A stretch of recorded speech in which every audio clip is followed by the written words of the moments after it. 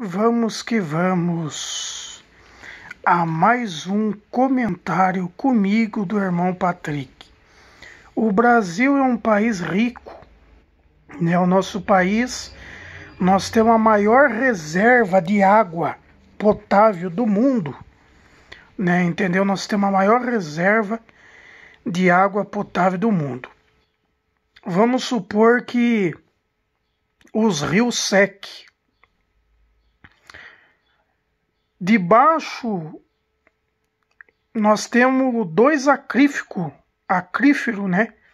Nós temos duas reservas muito grandes de água potável no Brasil.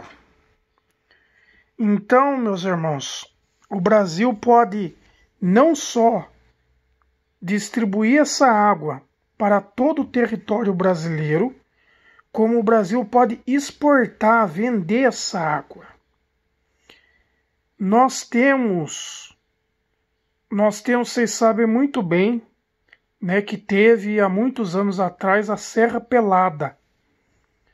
O que é a Serra Pelada? Onde o povo foi atrás de ouro e fizeram a nova Serra Pelada. Então o Brasil ainda tem ouro, ainda tem muitas pedras preciosas em vários lugares aí, né? Só que, entendeu? O pessoal não quer investir no Brasil porque é uma burocracia muito grande. E outra, os pais, eles ensinam os filhos assim: você vai fazer faculdade e você vai trabalhar ou na prefeitura, para você se aposentar na prefeitura, porque a prefeitura não manda embora, ou você vai trabalhar no governo do estado, que não manda embora, ou você vai trabalhar no governo federal, que você também não vai embora. A não ser se a pessoa fizer uma cagada muito grande lá, né? Fizer uma coisa muito feia, aí eles te mandam embora. Mas o que os brasileiros mais querem, que o presidente da República, Jair Bolsonaro, faça a reforma tributária para que as empresas não paguem tanta taxa no Brasil. As empresas pequena, média e grande pagam muita taxa no Brasil. E os empresários, por que as empresas quebram? Porque você tem muita taxa, você paga muita taxa, muito imposto, e você não vê resultado nenhum. As estradas brasileiras, aquelas que estão privatizadas, como a Castelo Branco, né, a rodovia Castelo Branco em São Paulo, é um tapete, porque ela é privatizada por uma empresa que não vou citar o nome, então ela é um tapete. Você pega a rodovia que corta de São Paulo até o fundão do Brasil, você já começa a ter uma vergonha. Algumas estradas do Brasil que tá só buraco. Vamos lá falando os impostos que as empresas pagam. Para você montar uma empresa, você vai pagar 2 impostos estadual. Você vai pagar o ICMS, Imposto sobre Circulação de Mercadorias e Serviços. É o primeiro imposto que você vai pagar, o imposto estadual. Dentro do imposto estadual tem outro imposto, ITCMD, Imposto sobre Mortes e Doação de Bens ou Direitos. Impostos Municipais. ISS, Imposto sobre Serviço de Qualquer Natureza. IPTU, Imposto sobre Patrimônio, Imposto sobre Propriedade Territorial Urbana. ITBI,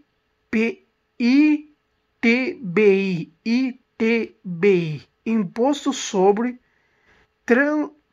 transmissão de bens imóveis.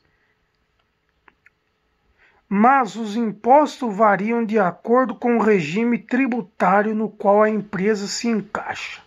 Se a empresa se enquadra como PME, pequenas e médias empresas, e aderiu ao Simples Nacional, pagará tributos como IRPJ,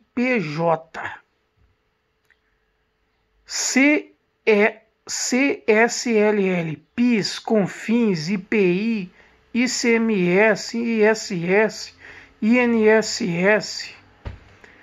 Então é tanto imposto que as empresas pagam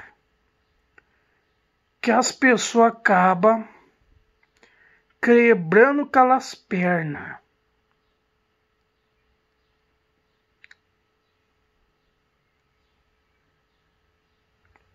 São imunes de incidência do IPI.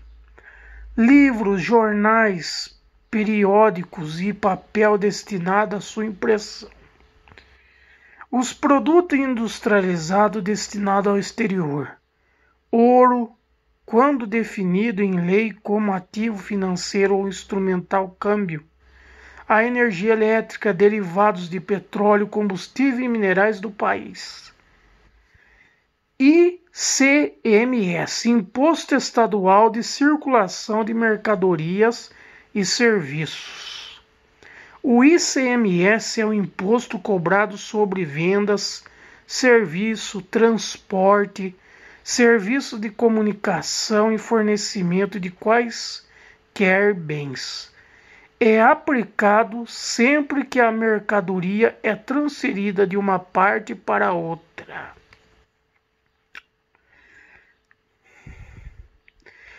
ISS, Imposto sobre Serviço de Qualquer Natureza.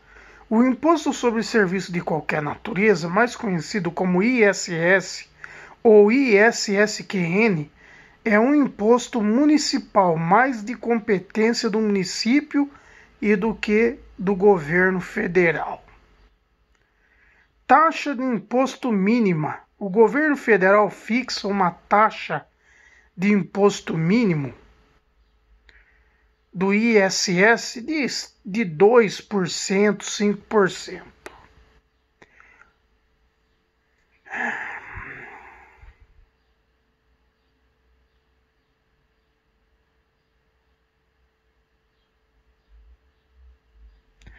Então, meus amigos, o Brasil cobra muito imposto. O Brasil cobra muito imposto. Por isso que as empresas brasileiras quebram.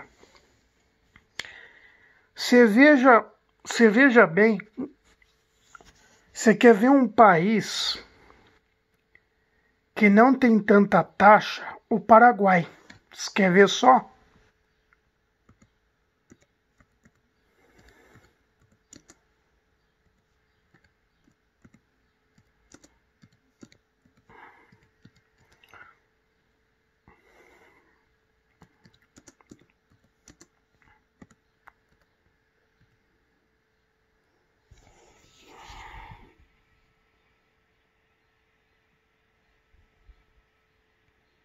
Quer ver só? Vamos abrir aqui.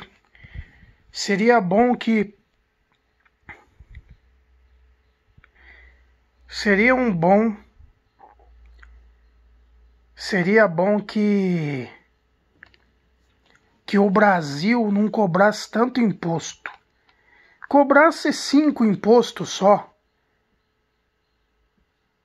Ou menos, cobrasse 2. Mas que esses 2 valessem para uns 20 impostos. Estaria bom. Fica cobrando aí tanto imposto. Deixa eu ver onde está aqui.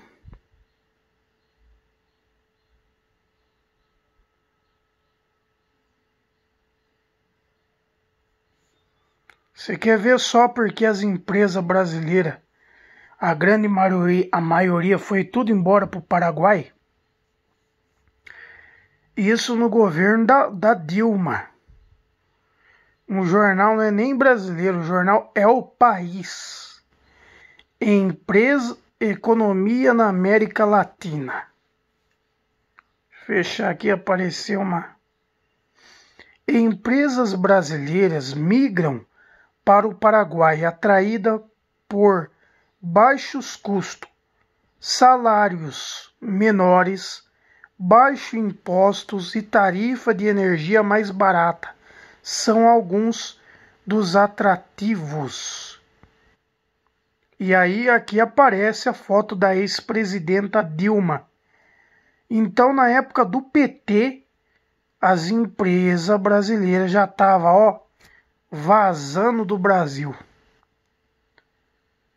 Em busca de mão de obra mais barata e de impostos menores, empresas brasileiras de diferentes setores estão cruzando a fronteira e instalando filiais no Paraguai, o país vizinho, que hoje é um dos que mais cresce na região. O PIB paraguaio deve avançar 4% neste ano, que foi no dia 11 de setembro de 2015.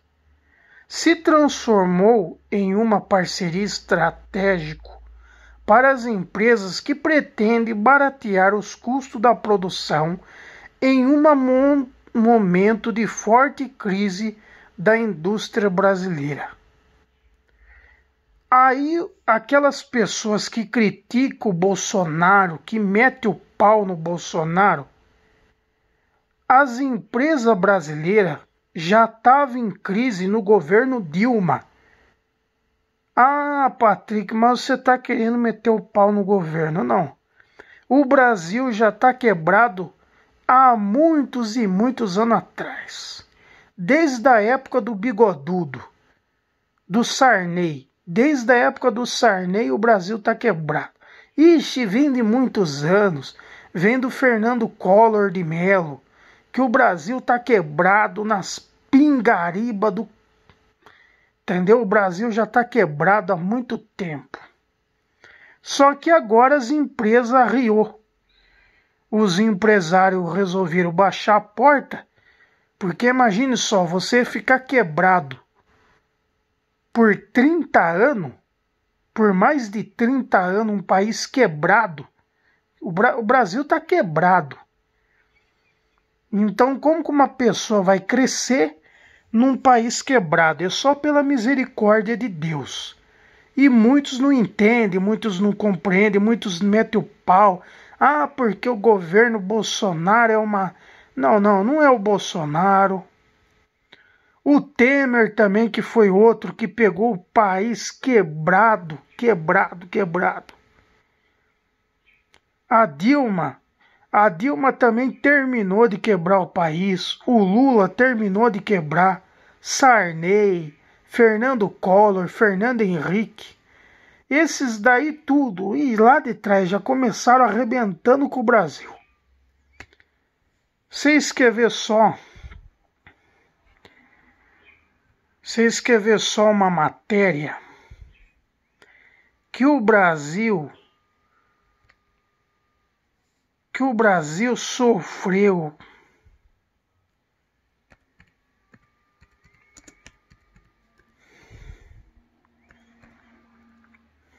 Eu já ia escrever o nome errado do cidadão aqui.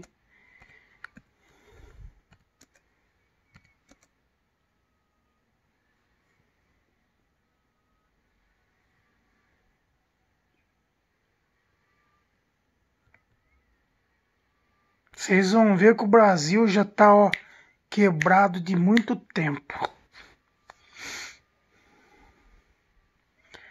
Matéria do jornal O Globo. Matéria do jornal O Globo. O plano Collor... Eita, nós. Esses negócios de propaganda enchem o saco.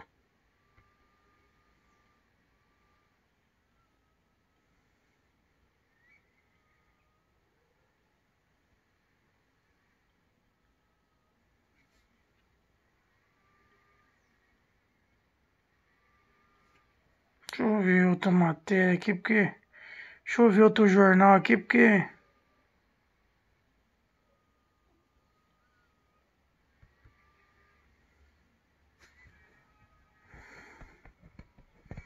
Isso aí aconteceu, eu não tinha nem nascido. Foi no ano de 1990. Vamos lá, vamos lá. O Globo, jornal O Globo. Collor bloqueia o dinheiro. Vamos lá, vamos ler a matéria. Para que vocês acham que o Brasil, dia 16 de março de 1990, o Plano Collor confiscou, o Plano Collor de Mello confiscou carteiras de poupança.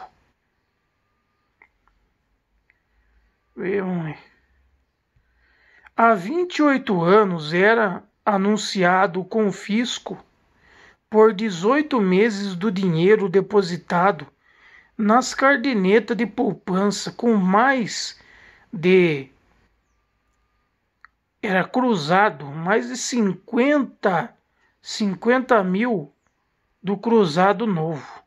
A medida fazia parte do pacote econômico editado pelo presidente Fernando Collor de Mello no dia seguinte de sua posse, o chamado Plano Brasil Novo, ou Plano Collor, foi decretado feriado bancário. Foi decretado feriado bancário de 3 dias.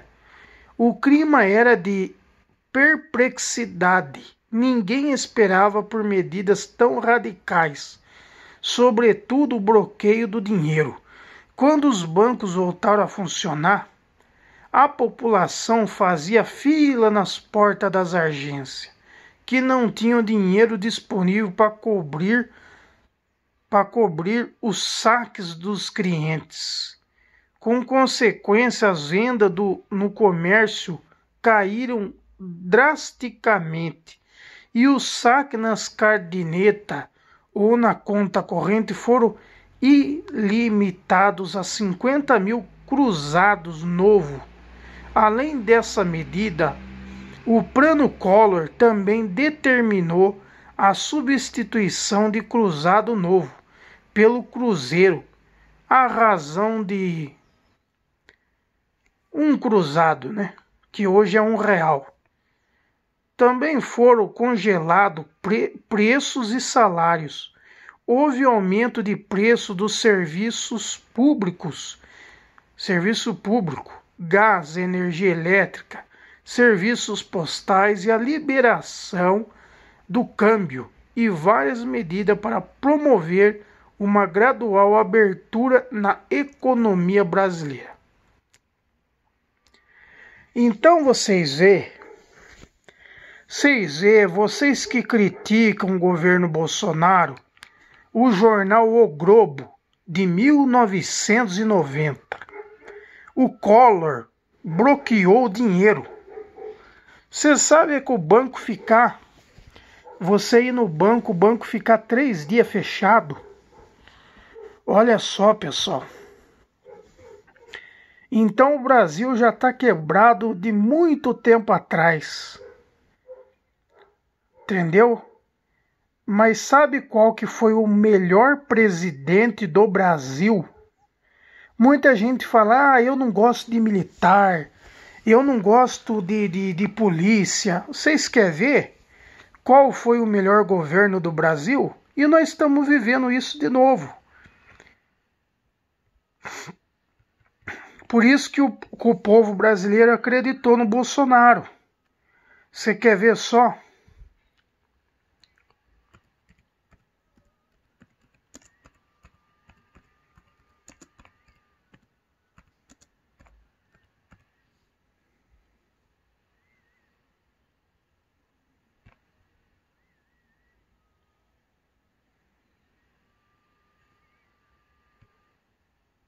Aí todo mundo critica militarismo, Muita gente critica os militares, Muita gente mete o pau nos militares. História. A criação da CLT, Carteira de Trabalho. Todo homem que trabalha tem direito a uma remuneração justa e satisfatória, que lhe assegure, assim como sua família, uma existência composicional. Deixa eu ver aqui. Aqui. A criação da CLT no dia 1º de maio de 2013, a Consolidação das Leis do Trabalho completa 70 anos, atrás, no governo militarista. Os militares trouxeram muita coisa boa para o Brasil, só não vê quem não quer. A CLT foi criada pelo Decreto de Lei 5.452, no dia 1º de maio de 1943, e sancionada pelo presidente da era militar, Getúlio Vargas, durante o período do Estado Novo. A consolidação foi assinada pelo então presidente do Estádio de São Januário, Clube de Regatas Vasco da Gama, que estava lotado para comemorar o feito. 2 anos antes, em 1941, Getúlio havia assinado a criação da Justiça do Trabalho no mesmo local e mesmo dia de ano. Então, quem criou